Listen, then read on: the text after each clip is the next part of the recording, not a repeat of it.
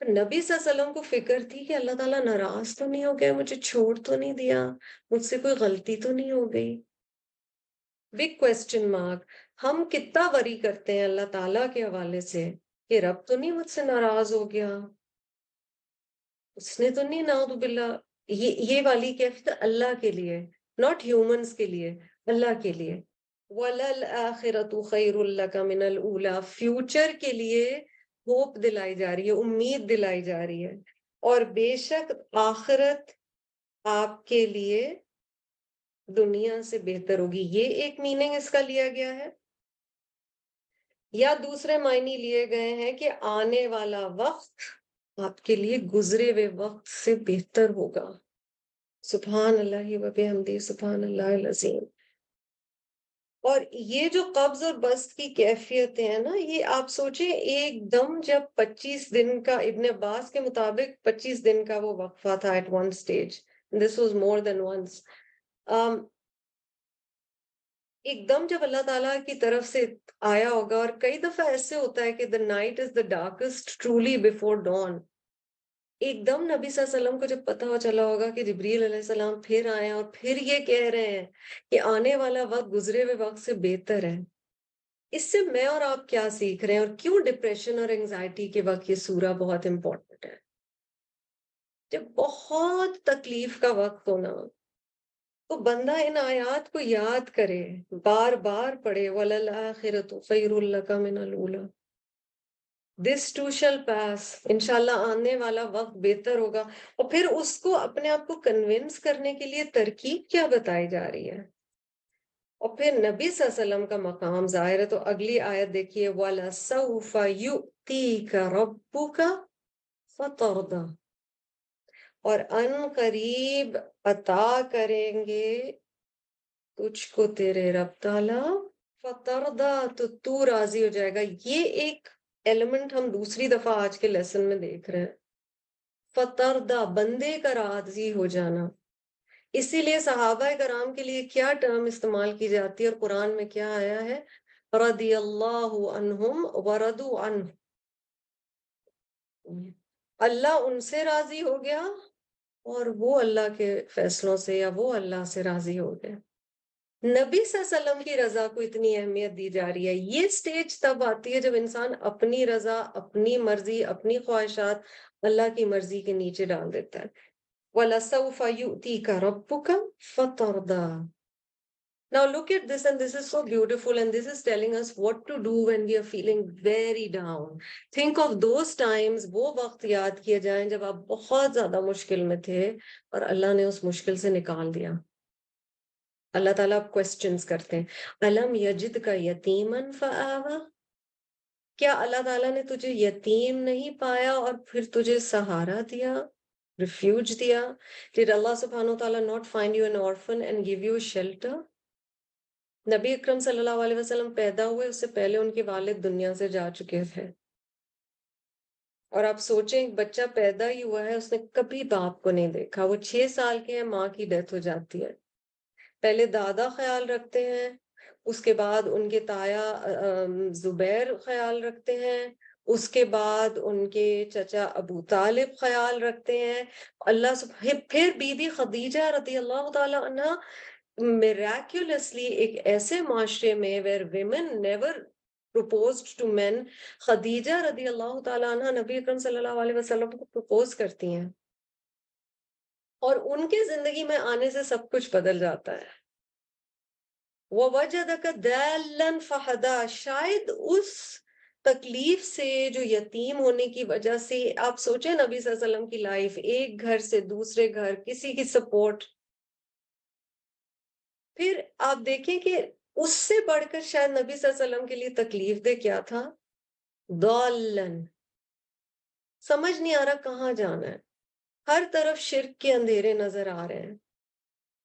کئی دفعہ آپ کسی سے قصہ سنیں نا، ان کی کہانی کہ آپ قرآن کی طرف کیسے آئے، وہ کہتے ہیں مجھے دل عجیب سا ہوتا تھا، مانتا نہیں تھا، لگتا تھا کہ میں سب لوگوں میں اٹھ رہی ہوں، بیٹھ رہی ہوں، پھر رہی ہوں، مگر سکون نہیں ہے، مجھے لگتا تھا میں غلط جگہ پہ ہوں.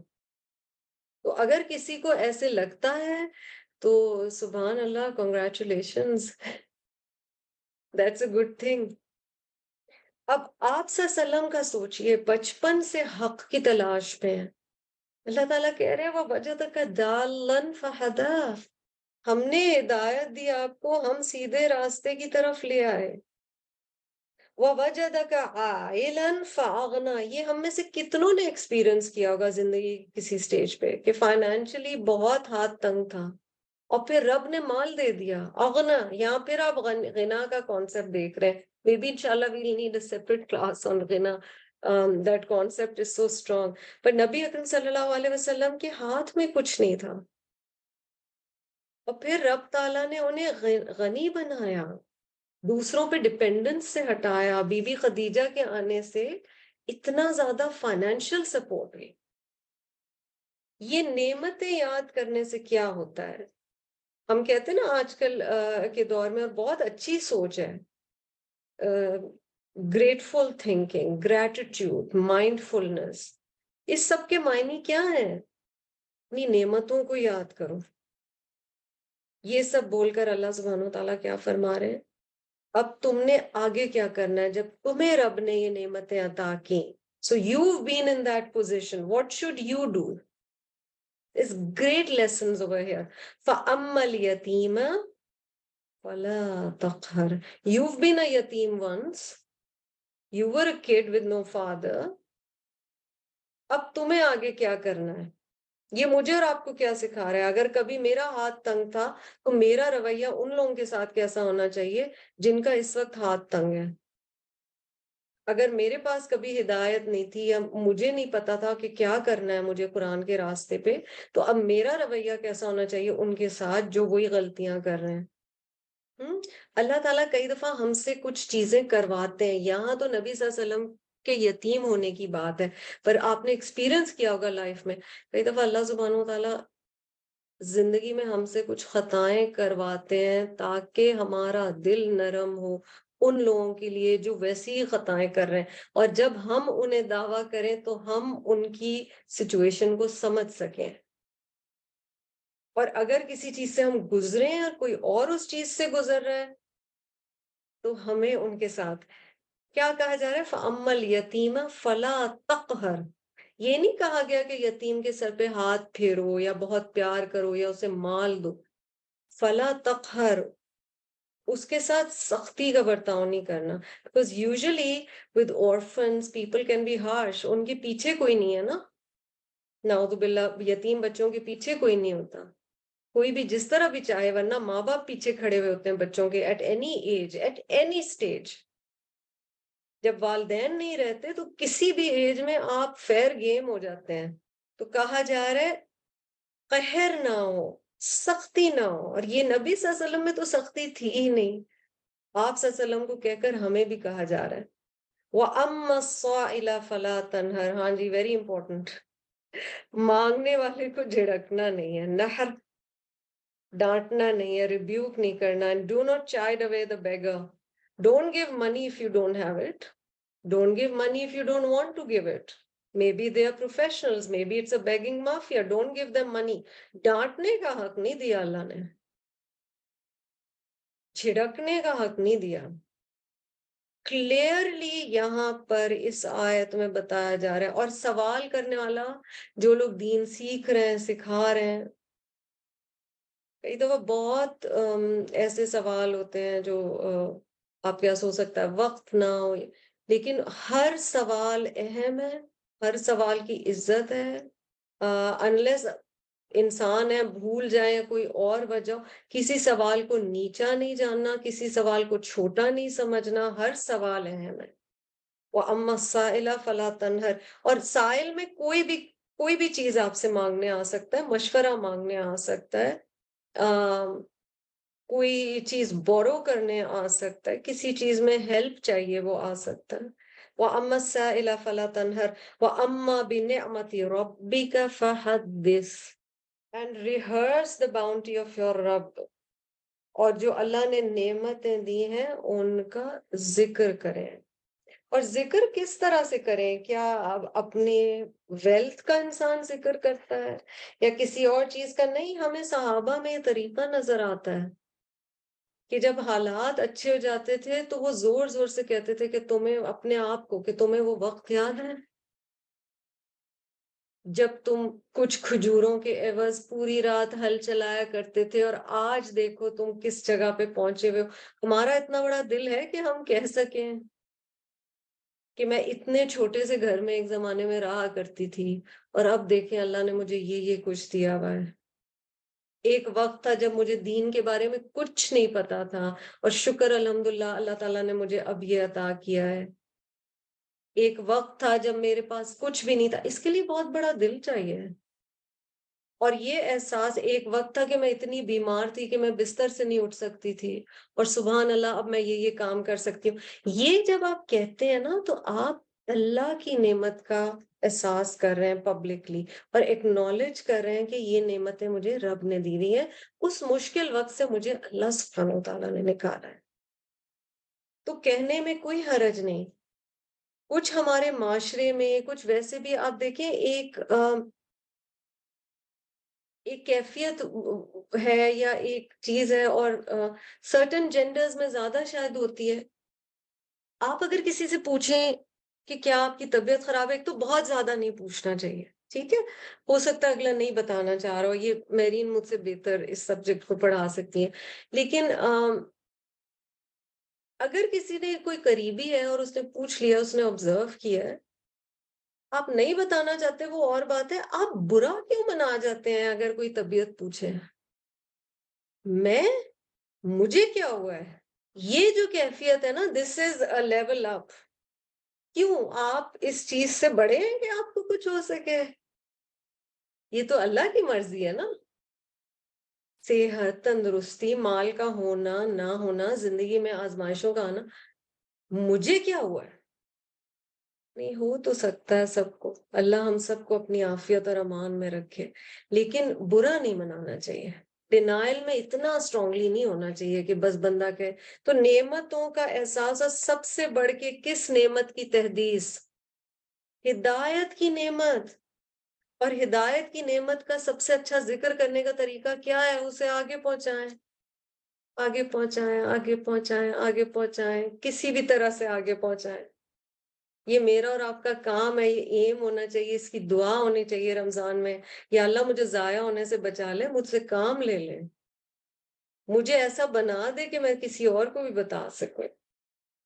اب اس کی ٹوین سورہ، اتنی بیوٹیفل سورہ کے بعد اس کی ٹوین سورہ آتی ہے. اور آپ دیکھیں نبی صلی اللہ علیہ وسلم کی زندگی صرف مال کے اعتبار سے چینج نہیں ہوئی تھی. As came. آپ دیکھیں ہارڈ شپ کے بعد اللہ تعالیٰ نے حضرت ابو بکر جیسے، حضرت علی جیسے کیسے ساتھی عطا کیے، کیا سپورٹ عطا کی. حضرت عمر دیوار بن کے پیچھے کھڑے ہوئے تھے.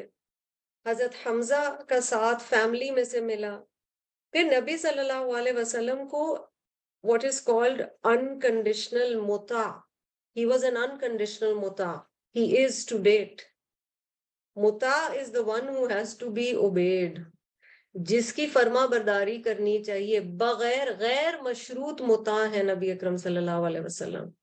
ہر لحاظ سے ان کی اطاعت لازم ہے مومنین پر. انہیں محبت ملی، لوئلٹی ملی کمپینینز کی، انہیں گھر ملا، انہیں اولاد ملی، انہیں محبت کرنے والے ساتھی ملے. نبی صلی اللہ علیہ وسلم کے ذریعے ایک پورا نیا کلچر اور لائف سٹائل آج تک ہے. عرب کس حال میں تھے اس دور کے جو کفار تھے، اور کس طرح سے وہ پالش ہوئے. تو اس وقت سائن بھی نہیں تھا جب یہ سورہ نازل ہوئی ہے، مگر اللہ تعالیٰ نے بتا دیا تھا آنے والا وقت بہتر ہے. تو ہمیشہ اللہ کی رحمت پہ امید رکھیں، انشاءاللہ بہتر حالات ہی ہوں گے. جزاکم اللہ خیرا کثیرا، وآخر دعوانا ان الحمدللہ رب العالمین. سبحانک اللہم وبحمدک، نشہد ان لا الہ الا انت، نستغفرک ونتوب الیک. السلام علیکم ورحمۃ اللہ وبرکاتہ.